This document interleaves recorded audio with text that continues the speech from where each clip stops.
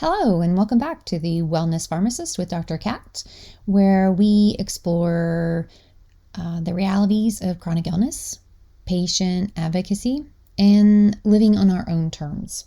I'm Dr. Kat, and today I want to share something personal, which is my own journey with chronic illness. I know I'm not alone in this, and if you're listening today, I hope my story resonates with you and then reminds you that you're not alone either. So let's get started. My life with chronic illness, my journey, if you want to call it that, started when I was really young. I remember between maybe the ages of 6 and 8, I got really sick. I had high fever, and I wasn't treated with antibiotics, so it was viral. And I just remember being really tired from that point on. And the fatigue, when you're young, your body can absorb it because it's younger. And yet it became kind of a family joke, and because we didn't know any better back then, especially, that what was really going on. We didn't really have a term for it, which is chronic fatigue. And people that have gone through COVID understand now, if you've had long COVID, that's what it is. I mean, except you never really get over it.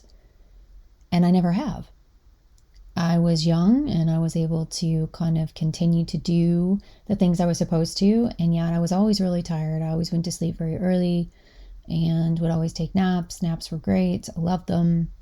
And, you get to a certain age where naps are not considered okay, and that became really difficult.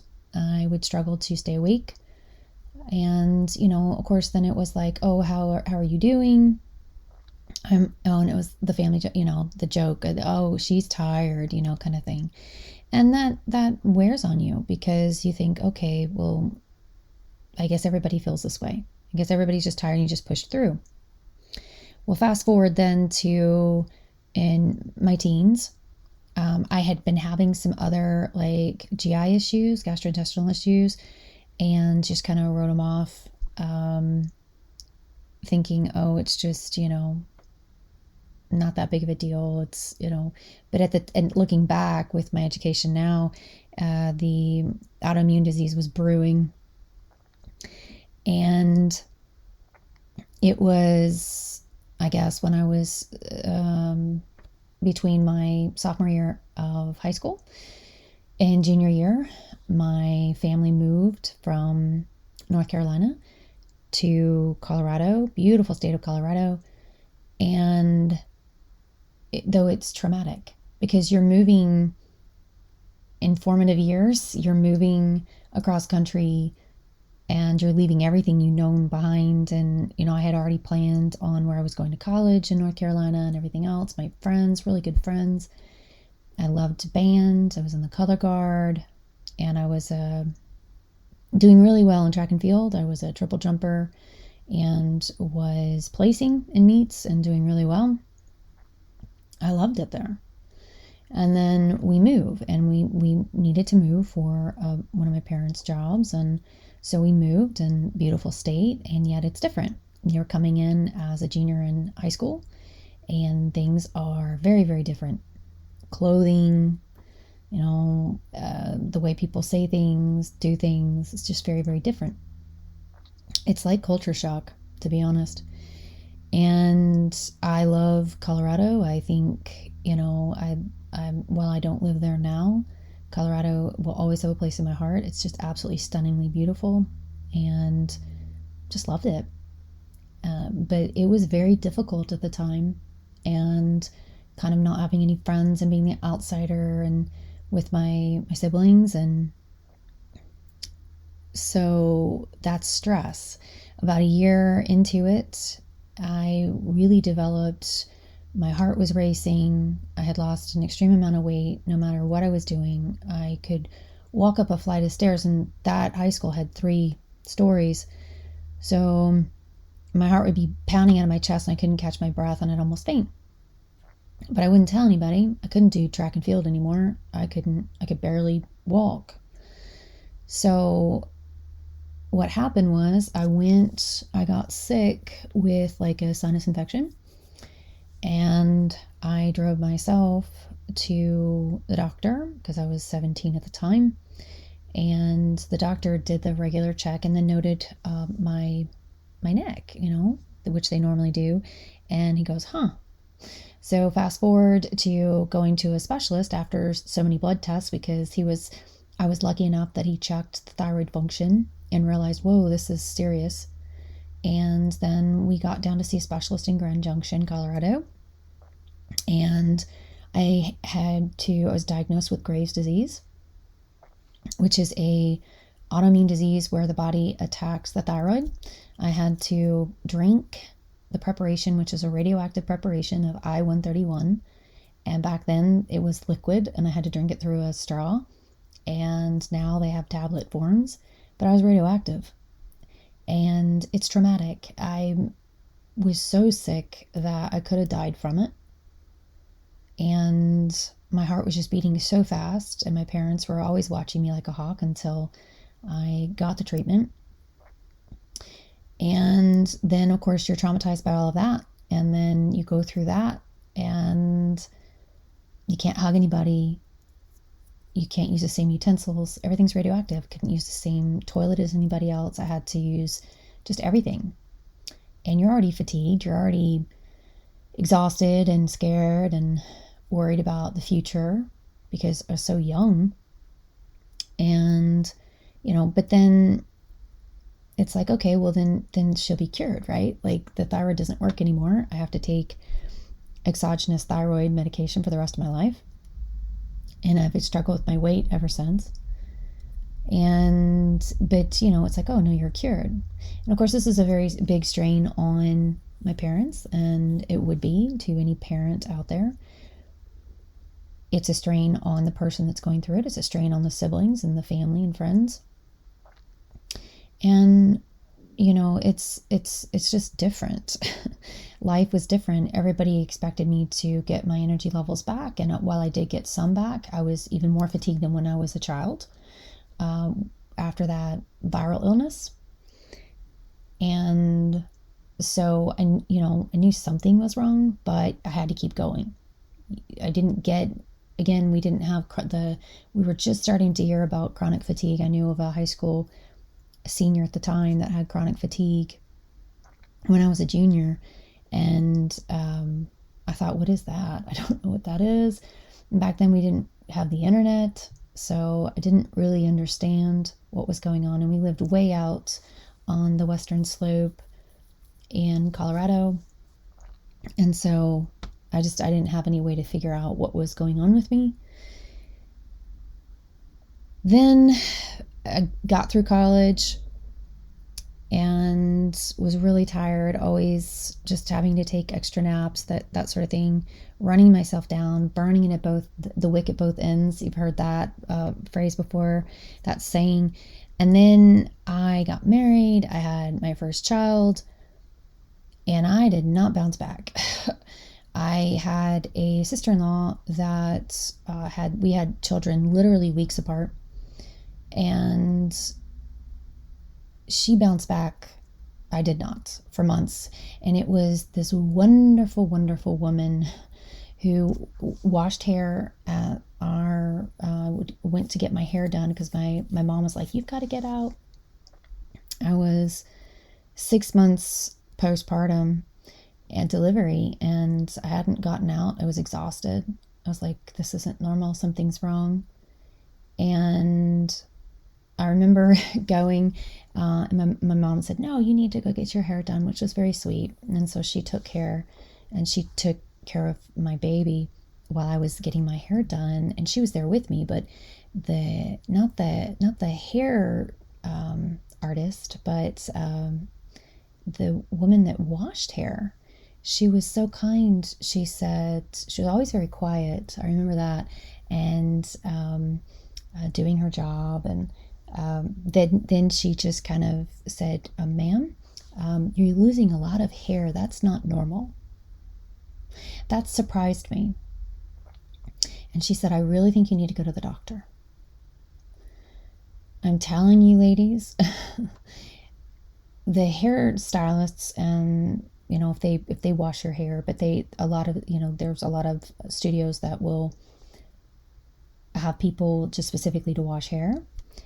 They do get trained a little bit in that, and if they notice something like that, they will tell you. And I was just so grateful for that woman to tell me that. And she said, I see you've had a baby, but this isn't normal. So I went in, and long story short, found out that I had developed systemic lupus, another autoimmune disease. So that's where you figure out, oh, okay, well, when you have one autoimmune disease, you're more susceptible to others. And I knew that because I was at the time also in pharmacy school. And so it wasn't too much of a surprise.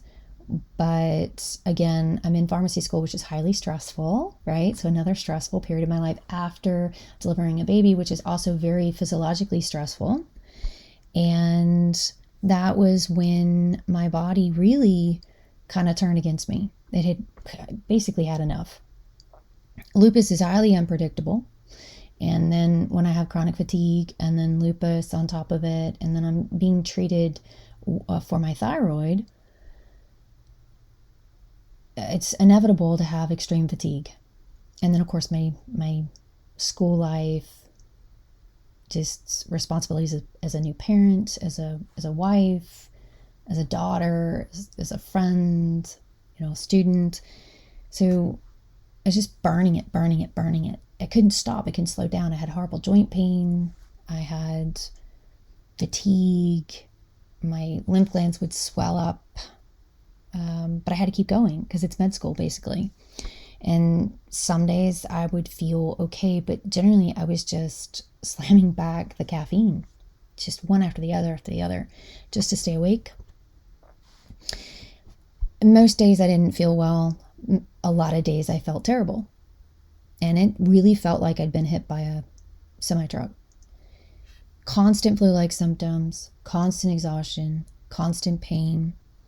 People don't see that because a lot of us put on a brave face. So they don't believe it. Oh, you're fine. You're fine. Family, friends, you're fine.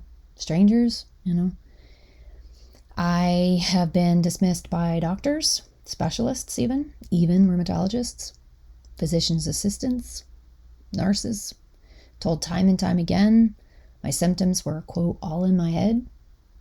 Because, of course, the labs sometimes didn't show as severe as how I was feeling. And this happened over and over and over again. And I would end up in the hospital proving otherwise. And it shouldn't take that, right? It shouldn't take ending up in the hospital to convince your medical healthcare team, to convince family and friends, work. It shouldn't. And yet it does. And that's truly horrible. And I'm sorry if this is triggering for anybody else that is listening to this and nodding their head going, oh, yes, I feel you. I know you. This is my situation, or I've been there, or I know somebody that's been there.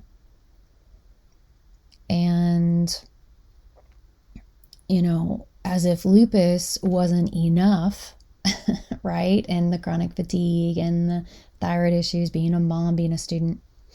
I was later diagnosed the last semester of my pharmacy rotations, my last pharmacy school year, where basically you're just going around as a pharmacist and to different sites and getting in-depth knowledge and work experience. And I had a moment where I was hospitalized, and I found out that I had something wrong in my brain. They're called brain hemangioma cavernomas. These are malformations in the brain that will break open.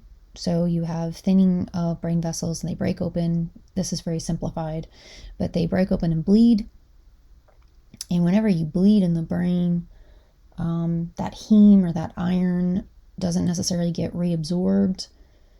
So it kind of sits on the brain and it makes you more predisposed to seizures. And I was warned about that by my neurosurgeon because I had to get a neurosurgeon. That's not fun. That's scary, right? As if the lupus wasn't scary enough. I mean, I was already scared about the lupus, right? Like that was life altering. And then the Graves' disease before that was life altering.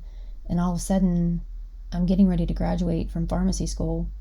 Everything's right in front of me, right in my grasp. A great career, great family, everything. And then bam.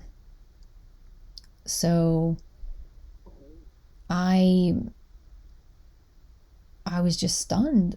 I was just in slow motion while the world was just rapidly advancing around me. It's like, everything's kind of just going so fast and you're just kind of in a swimming pool and you're trying to run, but you can't.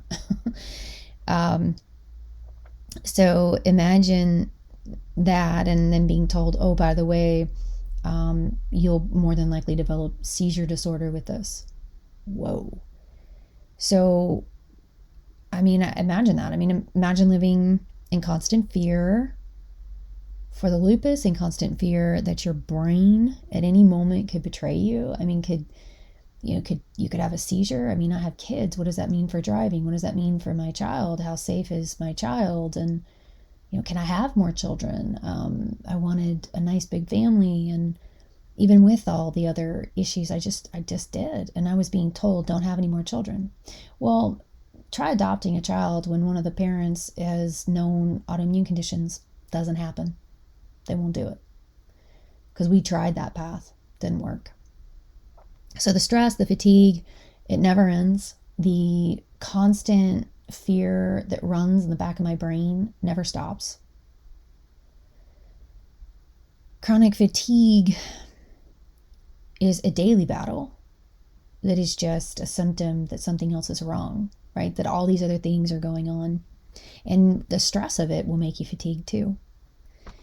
And eventually, I did develop seizure disorder.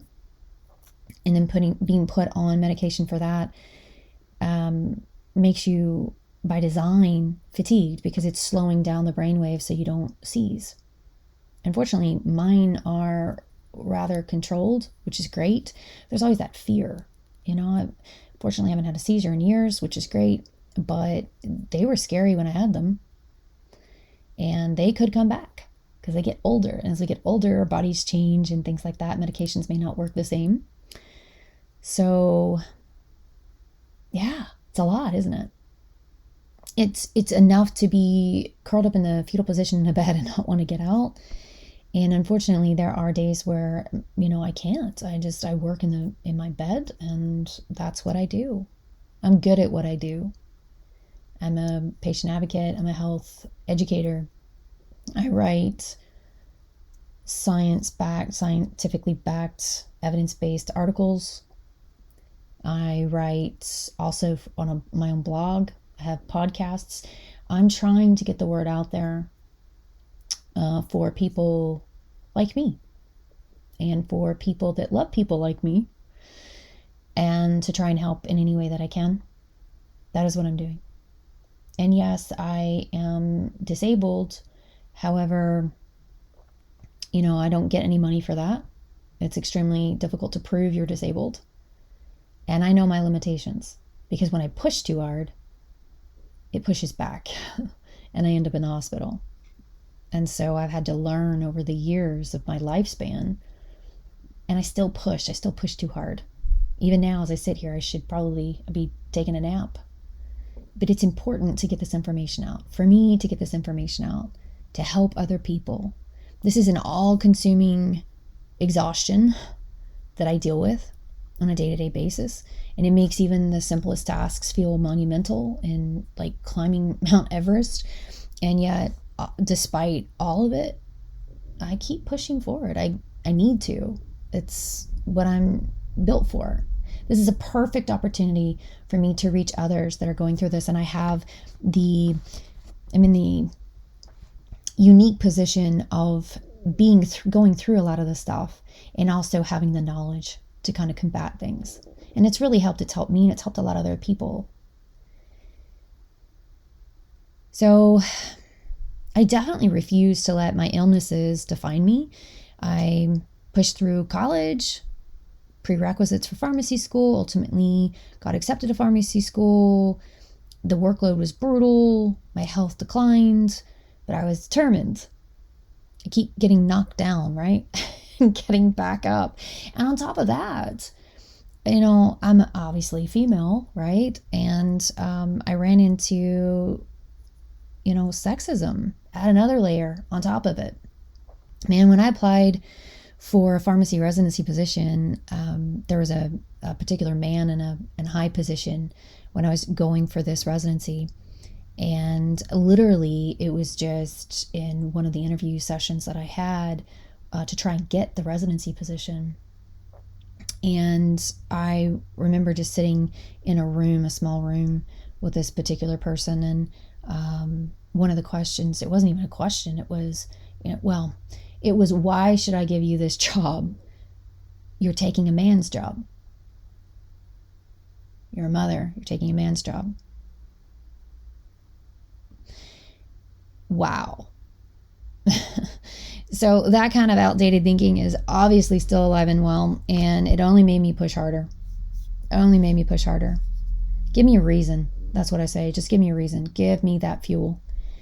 So even now as a professional, I do find myself constantly questioning my doctors, and of course advocating for myself and for others. And I constantly get pushback from that, simply because I refuse to accept subpar care for myself and for others that I care about, and for my clients.